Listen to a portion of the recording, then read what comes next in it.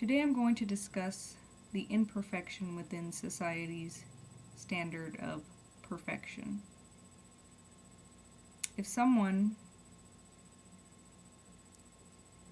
looks a certain way on the outside, they are treated a certain way.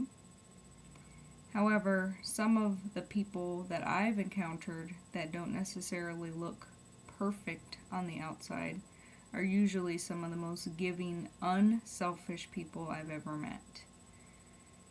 Although everyone has their flaws as far as being a human and being conditioned in the society that we've grown up in, I, for one, am a product of my environment as well as subjected to the conditioning while I was growing up as a child.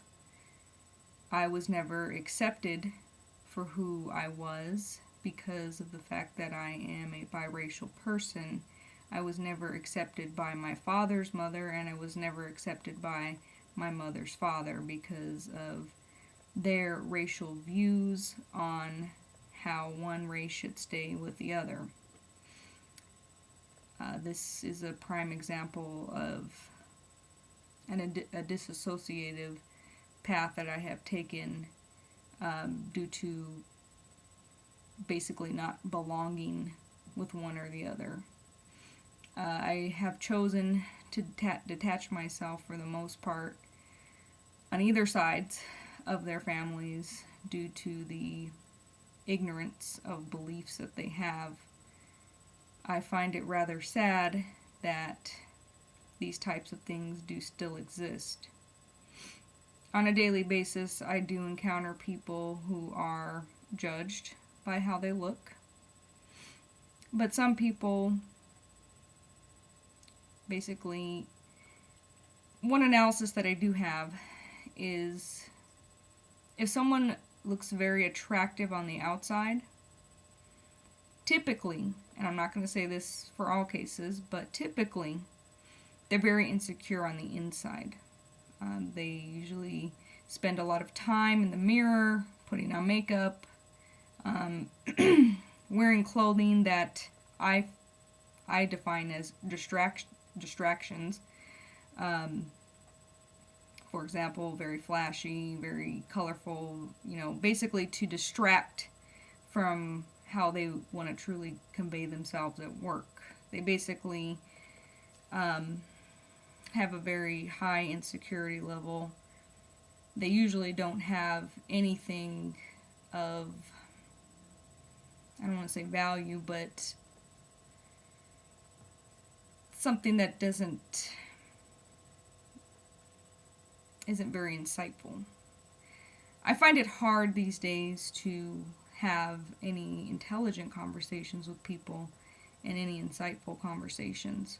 So most of the time what I do is I stay quiet, I listen, and I observe, because I find that it is more beneficial to me to understand someone's motives as well as who they truly are.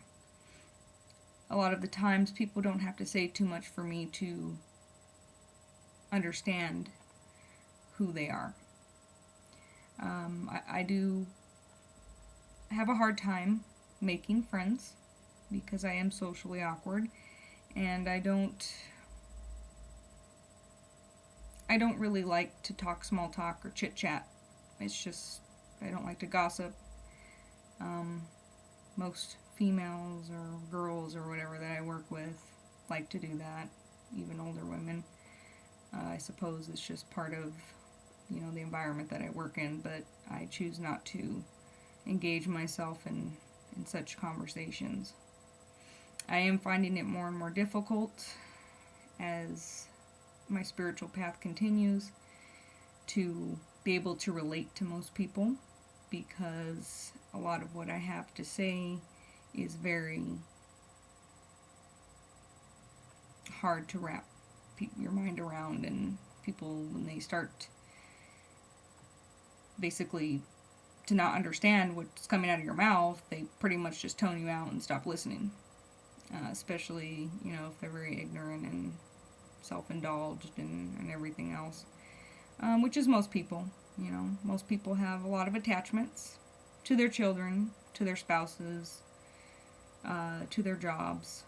I don't have children. I don't have a spouse anymore.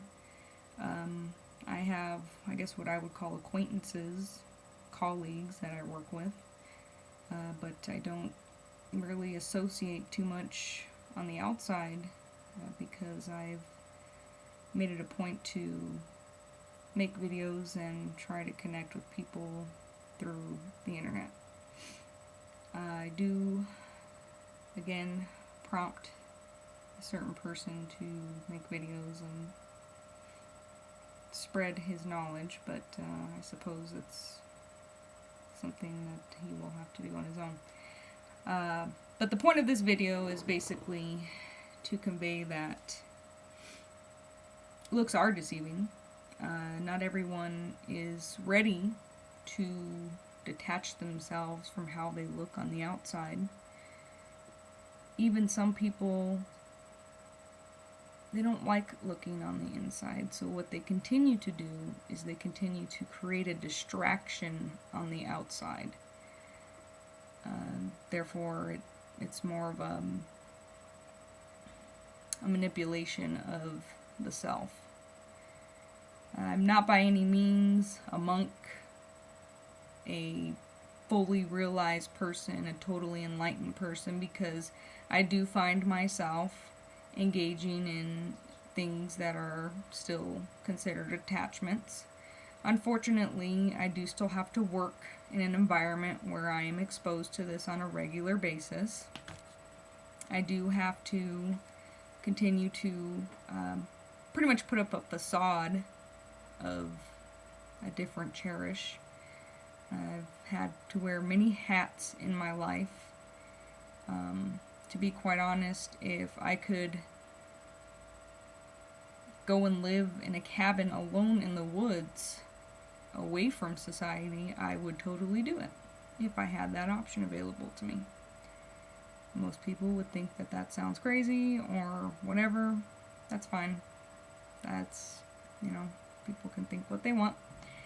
But I have to continue on and basically work for my family and the greater good. So I will continue to sacrifice that dream of finally being able to disengage myself from this society, or life as a whole. But that's all for now. Namaste.